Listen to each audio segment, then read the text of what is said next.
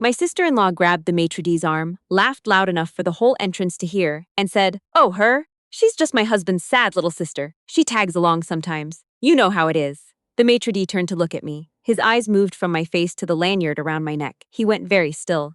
Then he excused himself, crossed the restaurant floor in 12 measured steps, and came back with the general manager and a bottle of Chateau Pichon that I had not ordered and could not have afforded on the salary my family believed I earned. My sister-in-law's smile did not fall so much as it dissolved, slowly, from the edges inward, like frost burning off a windshield. I had been waiting 17 years for that moment. What I hadn't expected was that watching it happen would feel less like victory and more like grief. But I'm getting ahead of myself. Because for you to understand what that night actually meant, I have to take you back to a kitchen in Oakville, Ontario, and a Tuesday afternoon in March that I have never entirely recovered from. I was 11 years old and I had just won the regional science competition. Not the school science fair. The regional one, which covered 4 school boards and drew entries from kids 2 and 3 years older than me. I had built a working model of a tidal energy generator out of materials I'd collected from the creek behind our house and a broken fan motor I found in the recycling bin at the end of our street. My teacher, Mrs. Okafor, had driven me to the competition herself because she said my mother worked too many shifts to manage the morning drop-off and she didn't want me taking 2 buses with a project that size. I came home with a certificate and a $50 savings bond, and a photograph of me shaking hands with the superintendent of education. My mother was making pasta.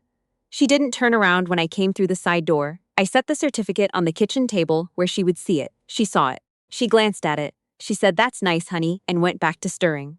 20 minutes later, my brother burst through the same door with a hockey bag over one shoulder and skates slung around his neck. And our mother dropped the wooden spoon on the counter and wrapped both arms around him before he'd even cleared the threshold. He'd scored a hat trick at a house league game in Mississauga. House league, not rep. Against kids his own age. She called our father at work. She called our grandmother. She called 2 neighbors. She taped the game schedule to the fridge with a magnet shaped like a maple leaf as if the dates were sacred. My certificate sat on the table for 4 days before I put it in my own room. I learned something that afternoon that I spent the next 2 decades trying to unlearn. I learned that the things I accomplished in silence would remain in silence. My brother operated with noise, cheering, celebrating, the clatter of skate blades on arena floors, the smell of locker rooms and victory. I operated in libraries and labs and solitary hours after everyone else had gone to sleep. And the world my family had built rewarded noise. I adapted. I became very, very quiet. By the time I left for university, I had refined invisibility into something close to an art form. I took a full scholarship to the University of Waterloo, not a partial award, a full scholarship, covering tuition and residence for 4 years. I was one of 9 students in the province to receive it that year. I told my mother about it at dinner, on a Wednesday, between the salad and the main course. She said, "That's far." Then she asked my brother to pass the bread. My brother was not going to university. My brother was working at the dealership where my father had worked before his heart attack, selling used trucks to people who needed financing. And my mother was deeply proud of him for this. She talked about his work at church. She talked about it at the nail salon. She talked about it to our aunt when she called from Hamilton. I left for Waterloo in September with 2 duffel bags and a sum total of 0 fanfare. My mother hugged me at the door for approximately 3 seconds, told me to eat properly, and went back inside to watch the morning news. I studied biochemistry. Then I completed a master's degree in molecular pharmacology. Then I spent 3 years doing postdoctoral research at a lab in Ottawa that specialized in drug-resistant bacterial infections. The kind that kill people in hospitals who survive everything else. The kind that no one thinks about until someone they love gets one. During those 7 years, I called home every Sunday. I sent cards on birthdays and at Christmas. I flew back for Thanksgiving every single year and cooked most of the meal myself because my mother's knees had gotten worse and my brother's wife, my sister-in-law, Renee, made it very clear that she did not do domestic labor as a point of personal principle. Renee had opinions about a great many things. She had met my brother at a fitness class in Burlington 6 years earlier and married him in a ceremony that cost more than my annual postdoctoral stipend. My mother had helped pay for it. I had also helped pay for it, though the word helped is doing an enormous amount of work in that sentence. My brother had called me in April of the year they got married and explained that they were $18,000 short because the venue had increased their deposit requirements. I wired the money within 48 hours. I did not attend a bachelorette party in Vegas. I was not asked to be in the wedding party. I sat in the 4th row on the bride's side and held my mother's purse during the ceremony. No one thanked me for the $18,000. I don't think my brother ever told Renee where it came from. After the wedding, the calls came less for Sunday check-ins and more for specific needs. My brother's truck needed new tires. The furnace in my mother's house went, and the quotes were higher than expected. Renee had found a training program she wanted to do, something to do with wellness coaching, and it cost $6,000 and was very important for her personal brand. I covered all of it. I told myself it was what families did. I told myself that my mother had worked hard and deserved a cushion in her retirement. I told myself that my brother was trying, that Renee just needed time to find her footing, that proximity to family had a cost, and I had chosen to be far away, so I should absorb some of the burden from a distance. The total I transferred over 5 years was just under $73,000. I know this because I kept a spreadsheet. Not to track a debt, I never expected repayment, but because I am a scientist and I document things. Measurement is how I understand the world.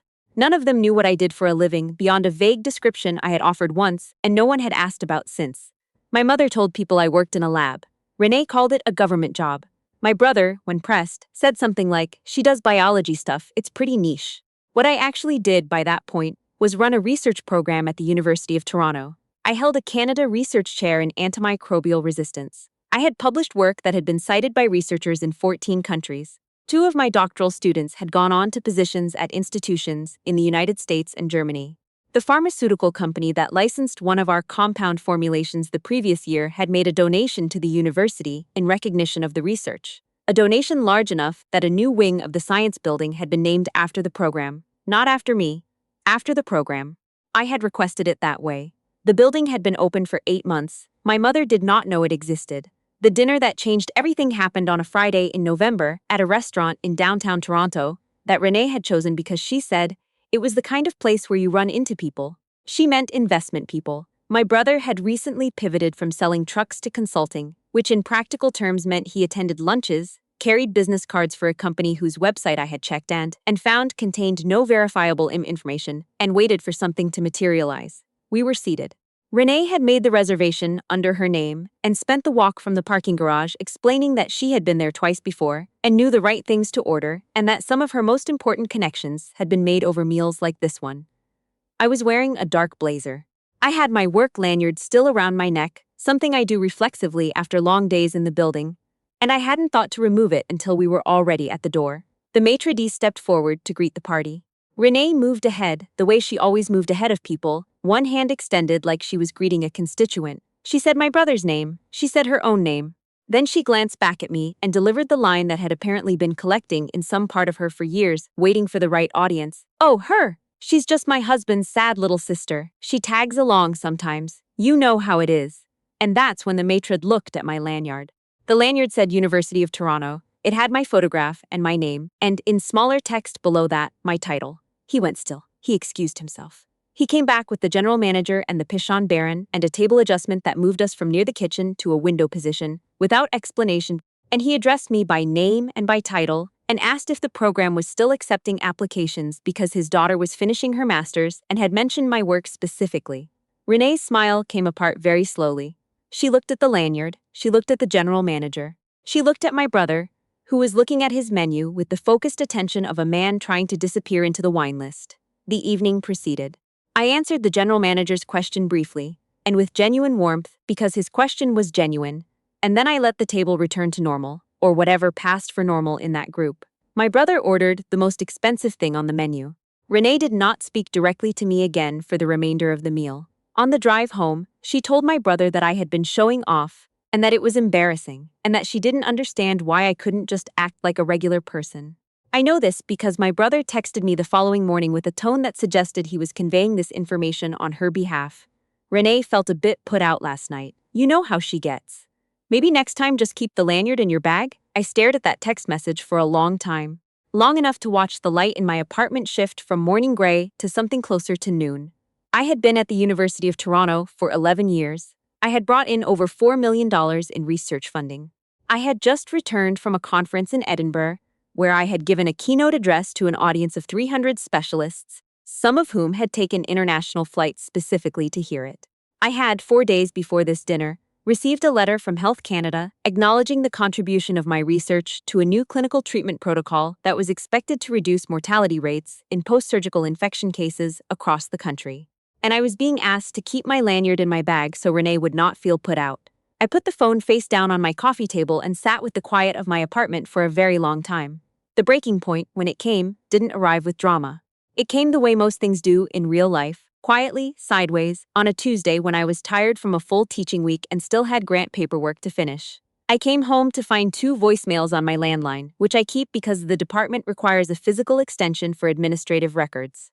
The first was from my mother. The second was from Renee. My mother said that my brother had an opportunity, a real one, she emphasized, a real opportunity, and needed $22,000 to secure it, something to do with a private equity introduction that required a show of good faith. She said she'd contribute what she could from her savings, but it wasn't enough, and she knew I'd want to help, and she said this in the tone she had always used, the one that converted requests into foregone conclusions, obligations pre-agreed to without my participation.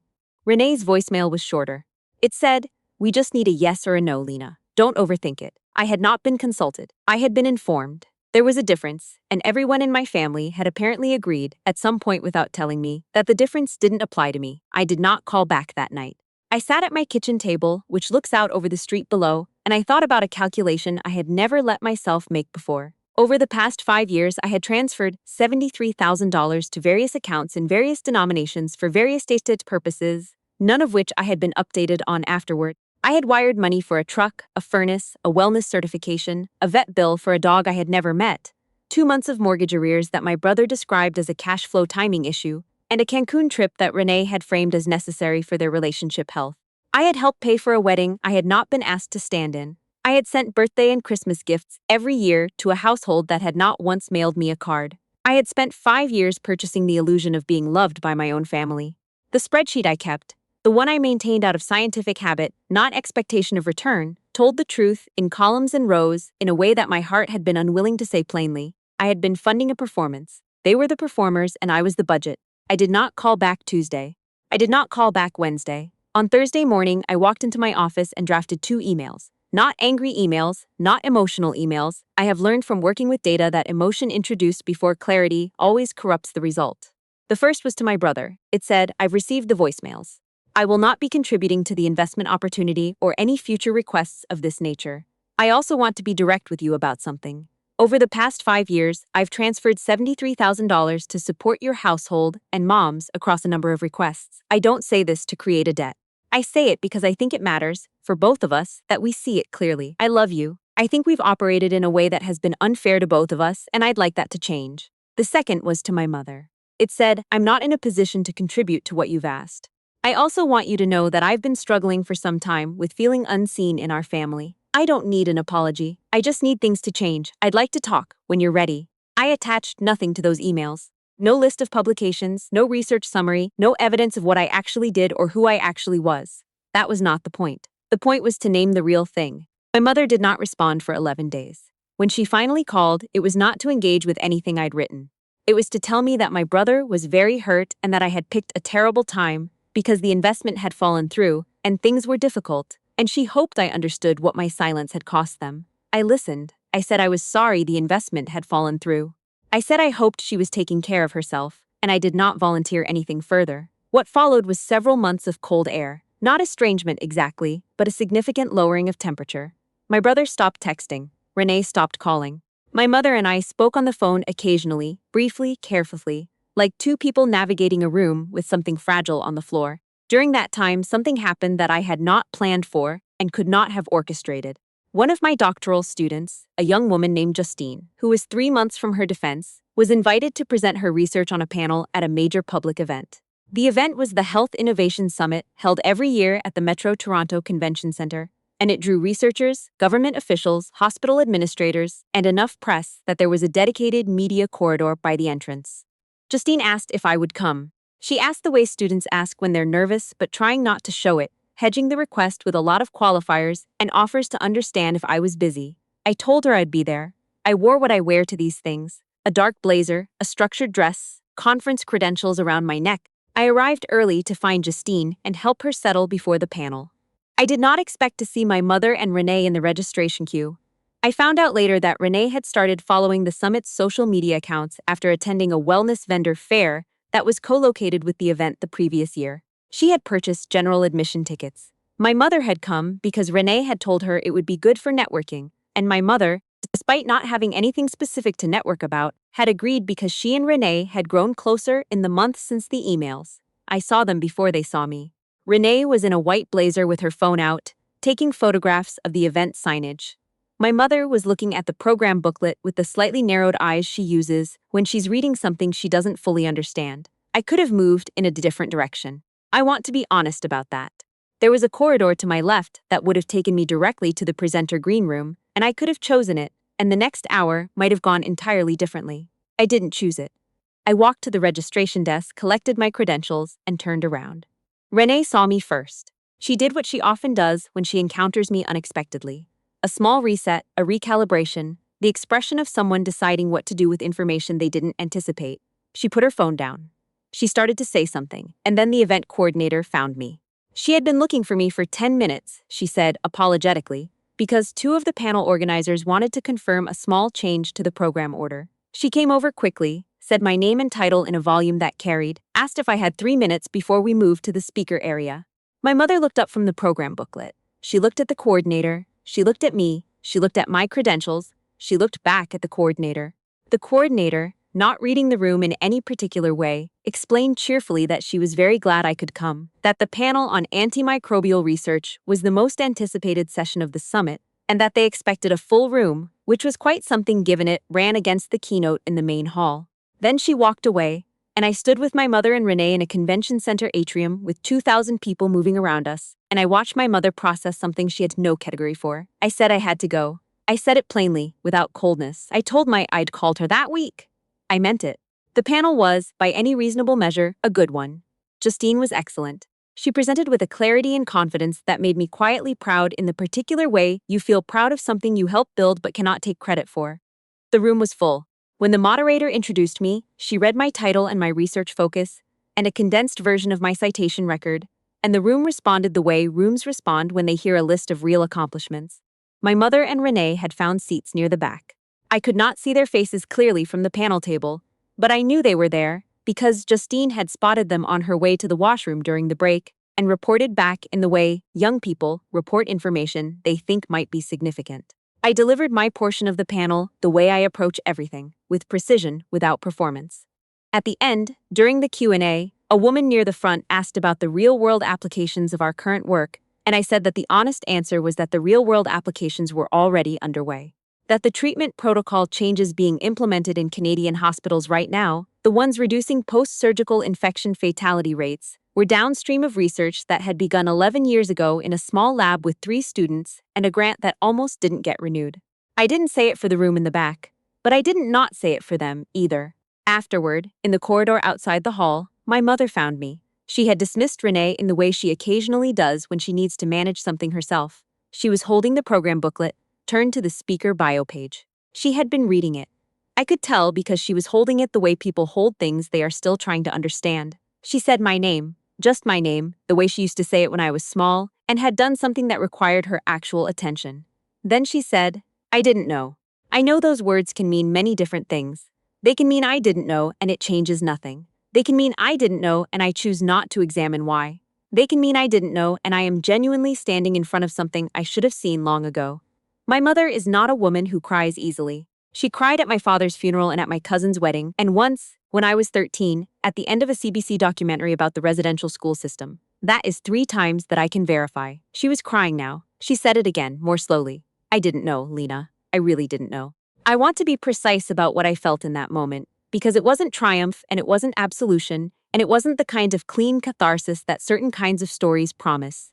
It was more complicated than any of those things. It was relief mixed with sadness, which is its own particular flavor. It was the sensation of a door opening into a room that had been sealed for a long time, and the air inside not being what you expected. I put my hand on her arm. I said, I know you didn't. We stood there for a moment in the corridor while people moved past us on both sides. Then I suggested we get coffee, somewhere quieter, and she nodded. We sat at a small table in the cafe on the 2nd level of the convention center for an hour and 20 minutes. I know the duration because I had set a reminder for a commitment at 4:30 and I noticed when it went off. We did not resolve 35 years of accumulated silence in 1 hour and 20 minutes. We did not untangle everything that had been built up and compressed and stored in the space between us since a Tuesday afternoon in March when I was 11 years old and a certificate sat uncelebrated on a kitchen table. But we started. My mother asked me questions I had waited my entire adult life for her to ask. She asked what my research actually did. She asked how many students I worked with. She asked whether I liked it. Not whether it paid well or whether it was stable, whether I liked it. I told her I loved it, that it was the truest thing I knew how to do. That sitting with a problem that no one had solved yet and working toward an answer, in the slow, deliberate way that real science requires, was the thing I had been built for, and that I had known it since I was 10 years old standing over a creek behind our house trying to understand how water could move a turbine. She was quiet for a moment after that. Then she said, I threw that certificate away, didn't I? It wasn't a question. She remembered. I said yes. She looked at her hands. She said, I don't know why I did that. I've thought about it. I don't have a good answer. I think I was tired, and I think your brother was easier to understand, and I think I told myself that you didn't need what he needed, that you were fine on your own, that you'd be fine, that you'd be fine. I had heard some version of that assessment my entire life, from teachers and relatives and my own internal voice when I chose to disappear rather than demand space. You'll be fine. She doesn't need as much. She's the capable one, as if capability were a reason to withhold and not a reason to celebrate. I said I was fine. But fine and seen are two different things. She nodded. She kept her eyes on her hands. Then she said, what do I do now? I said, you start by stopping to speak for me. In rooms, at dinners, to strangers at restaurant doors, you let me be who I actually am. She nodded again. A very small nod, the kind that carries weight. What happened with my brother was slower and less linear, the way things tend to be when another person's pride is substantially involved. He called me 2 weeks after the summit, not because my mother had spoken to him, or not only because of that, but because one of his consulting contacts had apparently attended the panel and mentioned my name to him afterward, not knowing the connection. That, I think, was the version of the story that reached him and stuck. Not the family reckoning, the professional confirmation. He didn't apologize in any direct way. My brother is not someone who moves through the world in direct ways.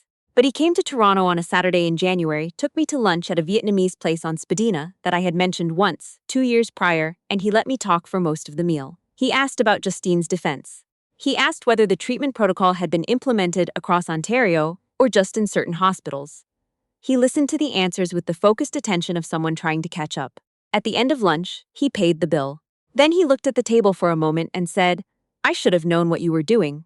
I think I didn't want to, because it made the other stuff too hard to ignore. It was not a full accounting.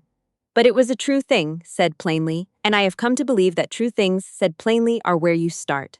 Renee remains, in the parlance of my colleagues, a work in progress. My mother came to the university the following spring. Not for an event, not because I had organized something. She called and asked if she could come, if I could show her where I worked. She took the GO train from Oakville and met me at the entrance to the science building at 10 in the morning. I showed her the lab, I showed her the wing, I showed her the names on the donor wall outside the main seminar room. I showed her Justine's published thesis on the shelf in the grad student reading area, Justine's name on the spine. I showed her what 11 years of showing up quietly in the dark had built. She walked slowly through the space, looking at everything the way you look at something when you realize you have been living alongside it without seeing it. At the end of the tour, we stopped in front of the large photograph near the main entrance that the university had put up as part of a faculty recognition initiative. It's a standard institutional photograph. Dark blazer, neutral background, the kind of thing that looks exactly like what it is. Beside the photograph is a small caption listing my name, my title, and a line about the research program. My mother stood in front of it for a long time, then she took out her phone and took a photograph of it. Not a quick snap. She took time to get it right, squared up, steady, the way you photograph something you intend to keep.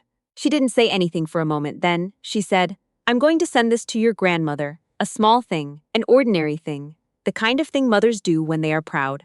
I had been waiting 35 years for it. I did not cry until I was back in my office, door closed, sitting with the particular silence of a room I know completely, and I let the tears happen without trying to make them mean something specific. Sometimes emotion is just the body catching up to what the mind has already processed. Sometimes it's just the end of a very long-held breath. I still have the spreadsheet. I haven't deleted it. I look at it occasionally, not to calculate what I'm owed, that was never the point, but to remind myself what I agreed to, silently, without anyone asking me.